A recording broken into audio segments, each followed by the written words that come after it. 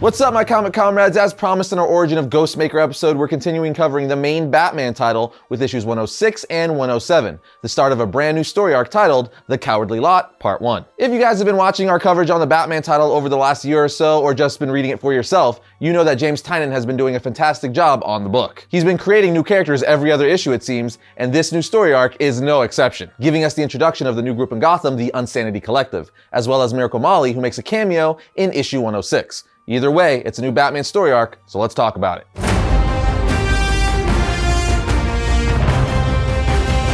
Issue 6 starts off in an abandoned emergency room somewhere with a tied-up S&M looking Bruce Wayne saying to himself, keep your mind focused, sober, clear, remember what's at stake. Remember your training. Put the pieces together in the right order and you can get out of here. Remember, everyone you failed. Remember the bodies laying on the cold pavement. Remember their thick, wet blood. No, those aren't your thoughts. Those don't even sound like your thoughts. Don't let him in. Don't let him break your concentration. Start from the beginning. We then see Scarecrow walking and scratching his fingers against the wall saying, please take your seats, silence your devices, and direct your attention to the front of the class. The lecture is about to begin. My name is Dr. Jonathan Crane. You are here today to learn the profound effect fear has on the human body and the mind. Then on the next page, we get a giant 2-page spread that shows us a very creepy redesigned Scarecrow coming up behind Bruce, who's tied in a wheelchair with a straitjacket and some other bondage. Scarecrow continues to say, we start our lesson with the most important question. Why do we fear? Bruce says to himself, tune him out. Don't let his voice into your head. You just need to focus. Where did it start? Was it Arkham? The gas attack? The explosion? No, that was before I was driving. I was driving and a woman's voice asked if I was sure this was my city anymore. Or was that another voice, another woman? Or was it him?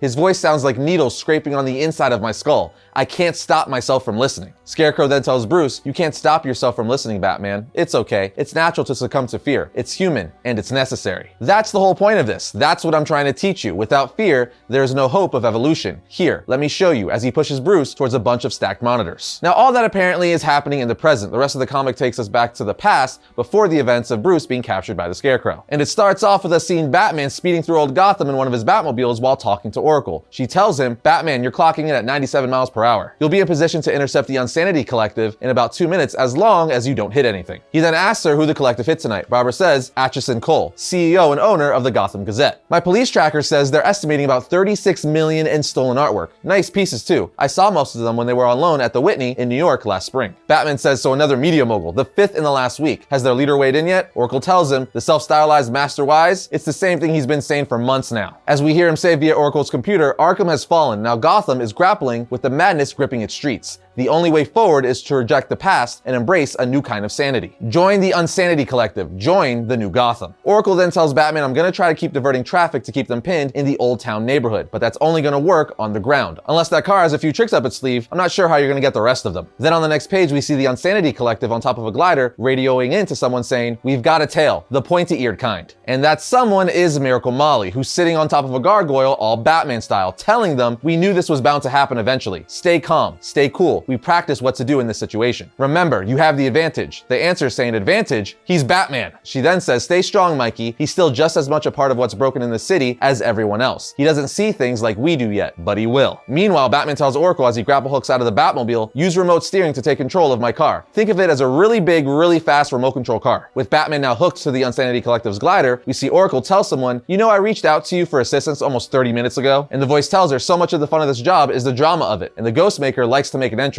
as he starts knocking members of the collective off motorcycles. Batman then radios to Ghostmaker saying, don't kill anybody. He replies, I promise to only maim. Batman then says, don't maim anybody either, Ghostmaker. They're thieves, not killers. Incapacitate them and rendezvous on my mark. Batman then finally makes his way on top of the glider, beating the crap out of the Unsanity Collective. Then Batman, while holding 2 knocked out guys, says, I said, bring it down, now. At which point he does. Then Miracle Molly asks on the radio while Batman is tying up the collective, Mikey, what's your status? Did you shake him? Batman picks up the walkie-talkie saying, this is Batman. Your friends are going to prison. I'm not gonna let you get away with terrorizing the city any longer. Molly tells him, are you sure this is your city anymore, Batman? The cops are already on their way. You think they're gonna thank you? And with that, Batman and Ghostmaker grapple hook out of there, but not before making a bet on who could get to the townhouse first without a vehicle. Now, if you're confused to why Ghostmaker is now working with Batman, watch our last video on Batman issues 104 and 105. You can do that right here, and it's gonna get you all up to speed. Then on the next page, we see Harley running on top of a rooftop, huffing and puffing, saying, just a little bit further. Damn it, I missed them again. They say, keep on the straight and narrow, Harley. We're so proud of you, Harley. We love you so much, but we won't ever give you a break. She continues to say, how the hell can hero types afford fast cars and motorcycles and magic grapple guns without robbing banks every other minute? It's a really funny moment, and as of the last several issues of Batman, Harley is leaving her criminal ways behind her and trying to become a hero. Something that's slowly been happening for a while now, but it just officially happened. Anyway, after this, we see yet another new Batman character and villain, Simon Saint, the CEO of Simon Industries. We see him creepily feeding birds while he's talking to Mayor Nakano, and Saint is basically telling him this city is now worse and more dangerous than it's ever been. Just look at these clips of people being asked by the press if they would ever move to Gotham City. Every single one of them are saying, hell no, you couldn't pay me $1 million to move there. Saint continues to say, and who could blame them? Look at the last few years alone. The city has been in the constant grip of madmen. Mayhem and murder has become all too common. And what has Gotham chosen to do about all of this chaos? Just sit on its hands and wait for this unsanctioned vigilante Batman to clean up the mess, despite the fact that the city has only gotten more dangerous since he first emerged. Saint then goes on to say, Batman isn't the cure for Gotham's madmen, nor is the GCPD, because the GCPD, like every police force in the country, was created to help people and stop mundane crimes. If you're gonna stop extraordinary crimes, you're gonna need extraordinary accountable crime fighters. Saint then says, which is why I've designed what I call the Magistrate Program. It features a dedicated group of 1 to 5 specially chosen peacekeepers tasked by the city. My program will allow the GCPD to focus on the sort of petty crime the police force was designed to face, leaving all the cost and villainy to us. That's right, as we found out in Infinite Frontier issue 0, Simon Saint is the one who created the Magistrate, a group of peacekeepers we saw running around Gotham during Future State. After Simon Saint's pitch to the mayor says, I wish your argument wasn't as compelling as it is, but I don't know we'll be able to match the incentives you're asking for, but I promise I'll talk it through with my advisors. We then get a panel of the Scarecrow perched on top of a building staring at the Simon Industries building, because again, as we also know from Infinite Frontier issue 0, Scarecrow is working with Simon Saint. We then see Batman, who's now living in a townhouse that he's made into a makeshift Batcave, or as he calls it, one of his mini caves, as he has several of them around the city. While Bruce is on the Bat computer trying to connect the dots of the Unsanity Collective's last several crimes, Ghostmaker just wants to spar. So they spar while Bruce continues to talk the crimes through with Ghostmaker. Elsewhere, we see Mayor Nakano has been dropped off at his mansion. He then goes inside to pour himself a drink and turns on the news, which is reporting on Batman capturing several members from the Unsanity Collective who robbed the home of the Gotham Gazette owner, which we saw earlier in the issue. But unknown to him, the Scarecrow has planted a real Scarecrow in his house just behind his couch, as the news anchor on the TV says, what dangerous madmen will come for our city next? And with that, we move on to issue 107. Issue 107 picks up the same way issue 106 did, with the Scarecrow tormenting a trapped and bound Bruce Wayne. Scarecrow then tells Bruce, no, I want you to think straight. I want you to remember. Fear and memory are intertwined. Your memories tell you what you need to fear. Fear brings clarity, Batman. Don't run away from it. Telling us that maybe Scarecrow has figured out a way to read people's thoughts or fear, which is a huge thing if that's the case. Scarecrow reading minds now and fear? That would be nuts. As Bruce continues to fight off the Scarecrow's fear, we are taken back to the events prior to this, where we see several news reports telling us that the Scarecrow is back in Gotham and he's left a threat in the mayor's home last night. But the crazy part is, one of the anchors is saying Dr. Jonathan Crane, best known by his criminal alias the Scarecrow, has been presumed dead since the A-Day attack. So they thought he was dead, but obviously not. If you guys don't know what the A-Day attack is, that's the poisonous gas attack on Arkham Asylum that went down in Infinite Frontier issue 0. If you want to know more, we did a video on that issue, which you can see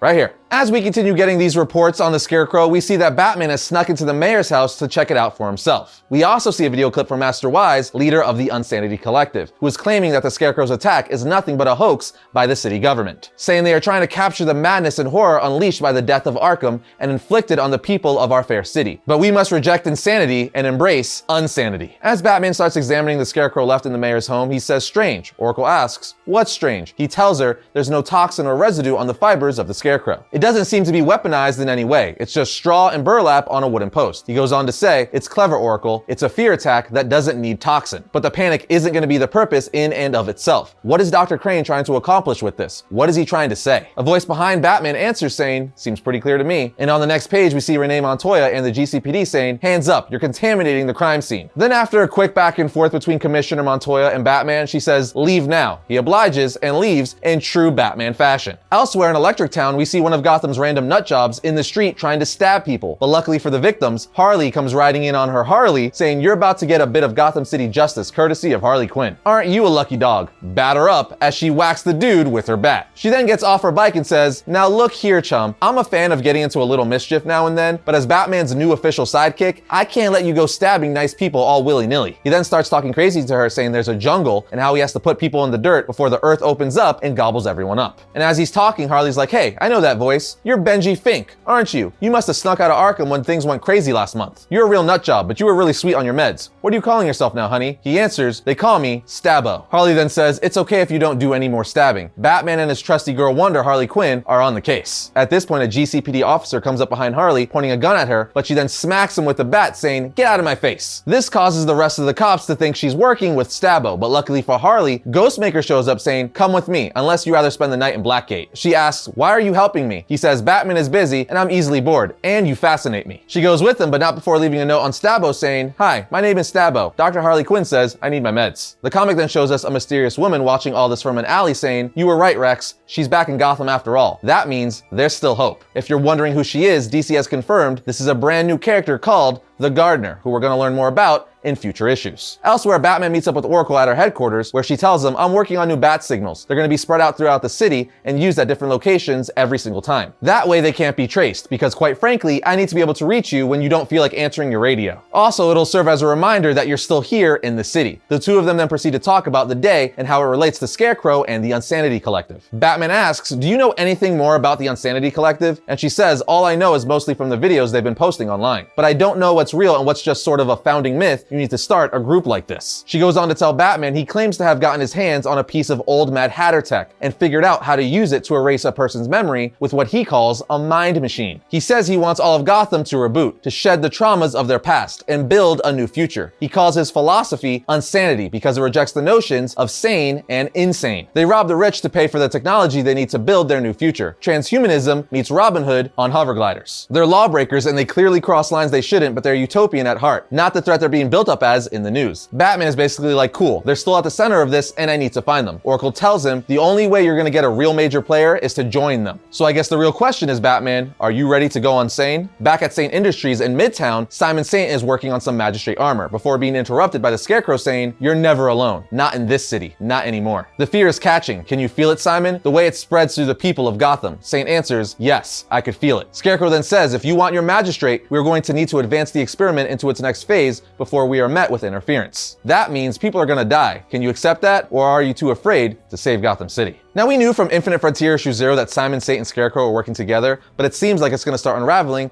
just how exactly. The book then takes us to the Narrows, where we see a man approaching a guard at a door, with the guard saying, keep moving, big guy, you picked the wrong alley. The man says, no, I don't think I did. I'm looking for the Unsanity Collective. The guard asks, yeah, and what, you some kind of cop? Then on the next page, we see the man say, the name's Match. Tell your master wise, I want in. Now, as all diehard Batman fans know, the name Match means this is Matches Malone, aka Bruce Wayne under his famous secret identity, Matches Malone, ready to infiltrate the Unsanity Collective. But just like that, my comic comrades, we have issue 106 and issue 107 of Batman. Like I've been saying constantly about Tynion's Batman run, I am thoroughly enjoying it. I'm very curious to see what Simon Saint is up to with the Scarecrow, and intrigued with this new version of Scarecrow, as he seems to not be using fear toxin and can somehow read people's fears and minds. Also, we have a lot of new characters in play, like Simon Saint, Miracle Molly, the Gardener, and of course, the Unsanity Collective. But if there's one thing Tynion has proved he's good at thus far, it's creating new characters for the Batman universe. So I'm excited to learn more about these characters. It's also cool to see Batman with two new partners, the Ghostmaker and now Harley Quinn,